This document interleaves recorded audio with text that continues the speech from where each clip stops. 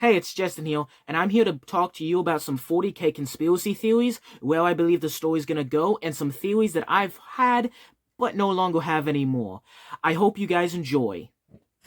Starting out with a hot one, I believe that at some point, the Silent King will try to take the God Emperor of Mankind's body, or perhaps Gilliman. Now, hear me out. Many experiments Necrons have done to try to take bodies of mortal beings, but they found that only certain bodies can, maintain their strength. Like biotransference, they need a body that is as strong as their metal body. So at some point, we know the Emperor of Mankind's gonna come back. He's gonna come back. And the Silent King wants to return to mortal flesh. So the Emperor of Mankind's body might be the only vessel strong enough for him to do so in. So at some point, we might see a clash between a newly revived Emperor and the Silent King.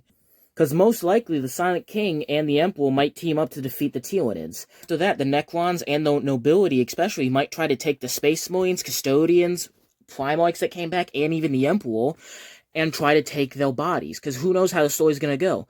Do I think that plotline's going to happen? Absolutely not. But it's still interesting to think about. Number 2 on this list, conspiracy theory that I no longer believe. I used to believe that the Black Templars had a chimeric gene seed of both World Eater and World Bearer. Why is that? Well, because their love for melee, obviously, the fact that they had chains wrapped around their arms to hold said melee weapons, and also their devotion to the Emperor. So I believe they used Imperial Fist gene seed as a cover-up to hold their chimeric gene seed. And given how much power and secrecy they have, no one would really know. So that's what I believed for a long time. But then I looked more into the Black Templars, and I learned about the guy who created them. And I now believe that they are in Sons of Rogadorn and Imperial Fist successor chapters. This because I didn't know too much about the Black Templars, and I just thought, oh hey, I think they use a chimeric gene seed. That's a cool theory. I actually told some of my friends about that theory. Our next theory, what if the Emperor of Mankind and Drach'nyen the Demon are linked? What if when the first mortal happened, Drach'nyen came into existence in the warp, but the Emperor came into existence in real space? The Emperor was the builder of empires and helped push humanity in the right direction, while Drach'nyen helped to steer humanity in the wrong direction and destroy empires. Both went to blows in the webway, where the Emperor won, and Drach'nyen was forced to turn into a sword, then shoved into a custodian, and then banished to the webway. Meanwhile, not long after, the Emperor of Mankind was wounded by Horus and then forced to stay in the throne. I think Drach'nyen is an evil representation of the Emperor, the yin to the yang of humanity. While the Emperor has everything good about humanity, the Drach'nyen has everything bad about humanity. Do I believe this?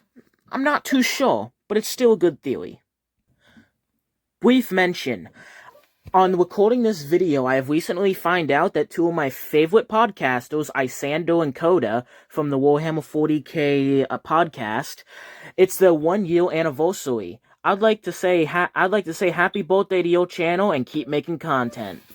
Now back to the video. Our next theory isn't going to be too long, but Perturabo is a dreadnought.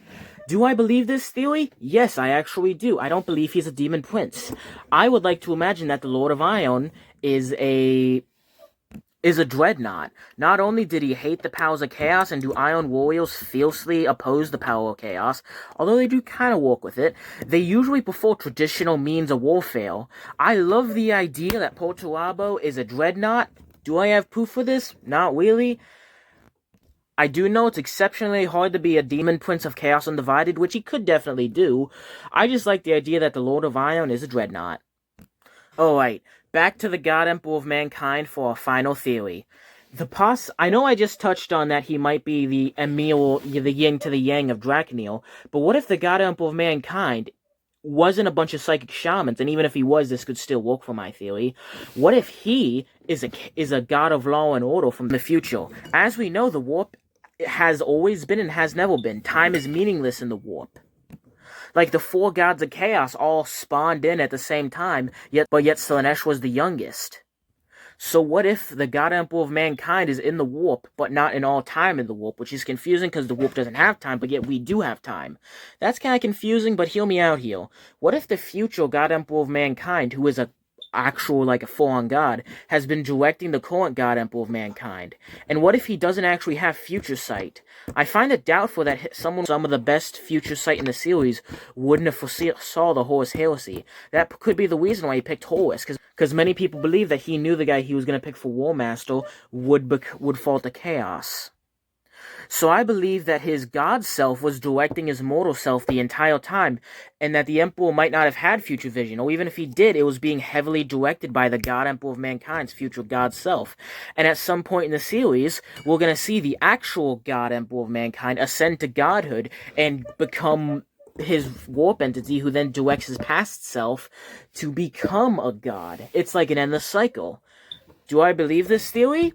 I actually think it's pretty cool. A bit more interesting than the Drach'nyen one, and still I both valid. Thank you so much for tuning in to Justin's YouTube channel. I hope you enjoyed the theories. Make sure to like, subscribe, comment, and make sure to watch my future content. See you later.